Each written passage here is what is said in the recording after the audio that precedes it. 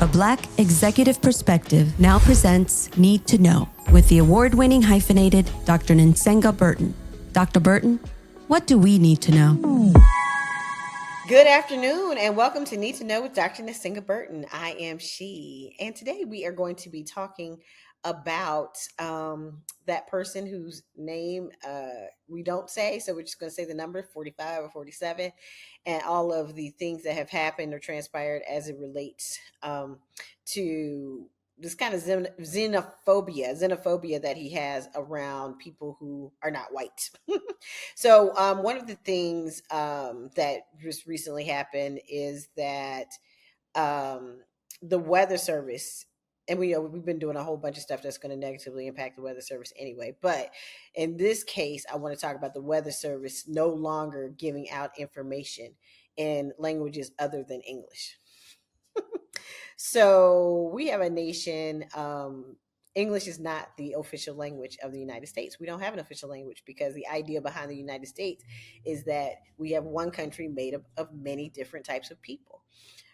Before 45 and 47, and I would argue even with the founding fathers, if that's the term you want to use, or people who are now our ancestors were in play, this country was founded for people who wanted to have a greater idea, who wanted to realize democracy, right? They wanted to have certain freedoms that were not afforded to them in other countries.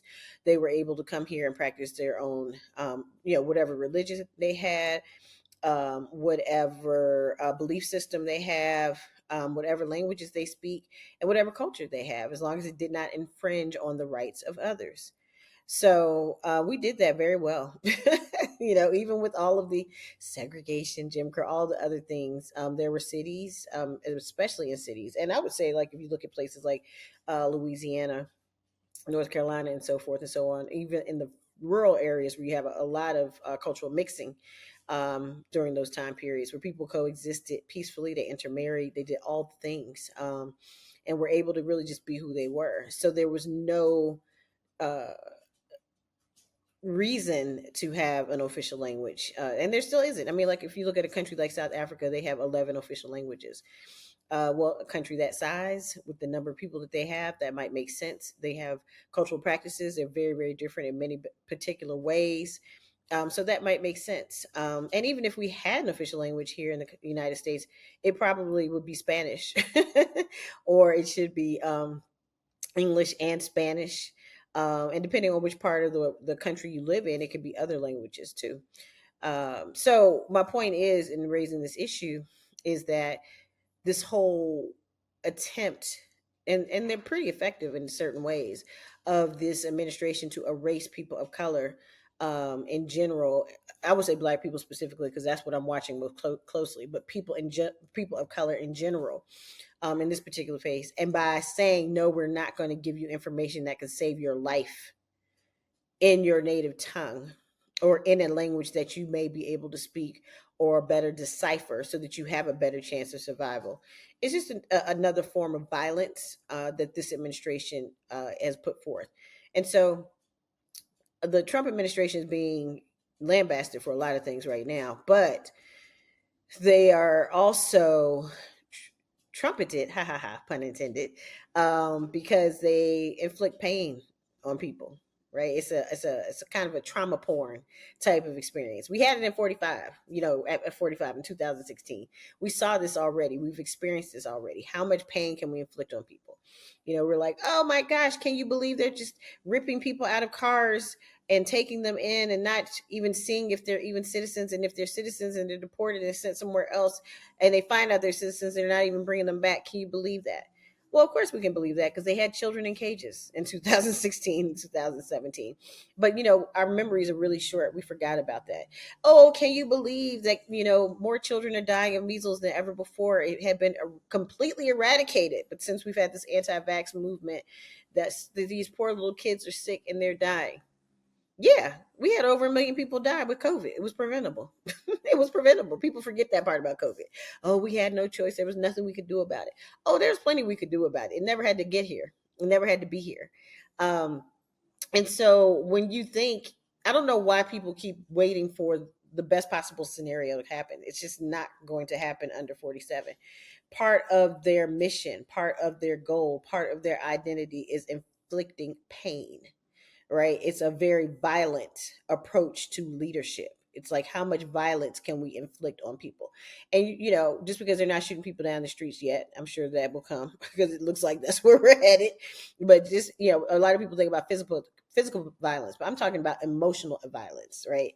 Or policies that you do, that you enact, like you can no longer do the National Weather Service announcements in any language other than English, even though we have large populations of people that live in the United States where English is not their first language.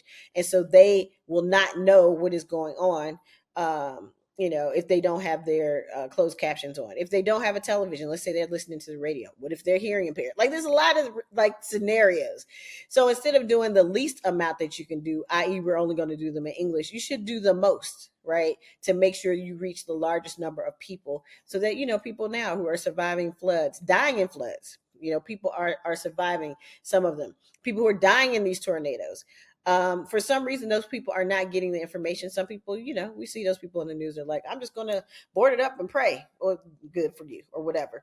But if that's what you want to do. But if you are someone who wants to comply and to get out of these poor weather situations, and they're coming so much more frequently, so why would you do less? It's because you're a violent person. You're violent in nature. A violent person wants to remove Harriet Tubman from a website. When you're talking about the history of the United States of America, Harriet Tubman should be everybody's hero. Everybody, regardless of race, class, gender, sexual identity, all the things. Harriet Tubman should be celebrated. So why you would remove her and then have to be beaten down to put her back is beyond me. But I'm going to stay on track. I want you to know, what you need to know is that the people who are in charge, and that you sometimes give your vote to willingly, and then those of us who don't, and then have to live with the consequences, there are real consequences to what you are doing and what you are not doing and what is happening with this administration. And it goes beyond what you're seeing in the headlines. There's so much stuff going on, and, you could call it chaos theory, depending on what theory you want to use, where there's so much going on, you don't know what to pay attention to. But do believe that any and all opportunities they have to subjugate, oppress, demean, or cause pain to immigrant groups, to people of color, they are doing it. And they are now using the Weather Service to do it. So I need you to know that this is happening. So if you have someone in your life, let's say maybe you are raised in a household where you are the first English speaker in the household, please make sure that you are in contact with your relatives, friends, family members, colleagues, or whatever, so that you can help them be safe during these perilous times. I mean, to do this, especially during the tumultuous time between the fires in California, the flooding all over the country, it's just, there's no reason to do this other than to inflict pain and harm, which is part of this administration's motto, right? Their mission, their modus operandi. That is what they do. They inflict pain and torture. So I need you to know that there's going to be more types of violence coming, whether it's physical violence, whether it's emotional violence, whether it's psychological violence. There's lots of different types of violence, but violence is the word of the day and is the order of this administration in any way, shape, or form. So you have to stay abreast. You cannot tune out. You cannot turn off. You don't have to march in the streets, but you do have to pay attention, and you have to make sure that you are staying abreast of all of the changes that are coming that will affect you and those you love. And those of us who have empathy, we may not know you, but we would like for you to be okay in these types of weather circumstances. So tune in next Thursday to another Need to Know with Dr. Nsenga Burton. And of course, you have to tune into the award-winning A Black Executive Perspective podcast with Tony Franklin, who was amazing, and learn some more information that you need to know in order to help you have a better life. I will see you next week. Bye. Thank you. A Black Executive Perspective.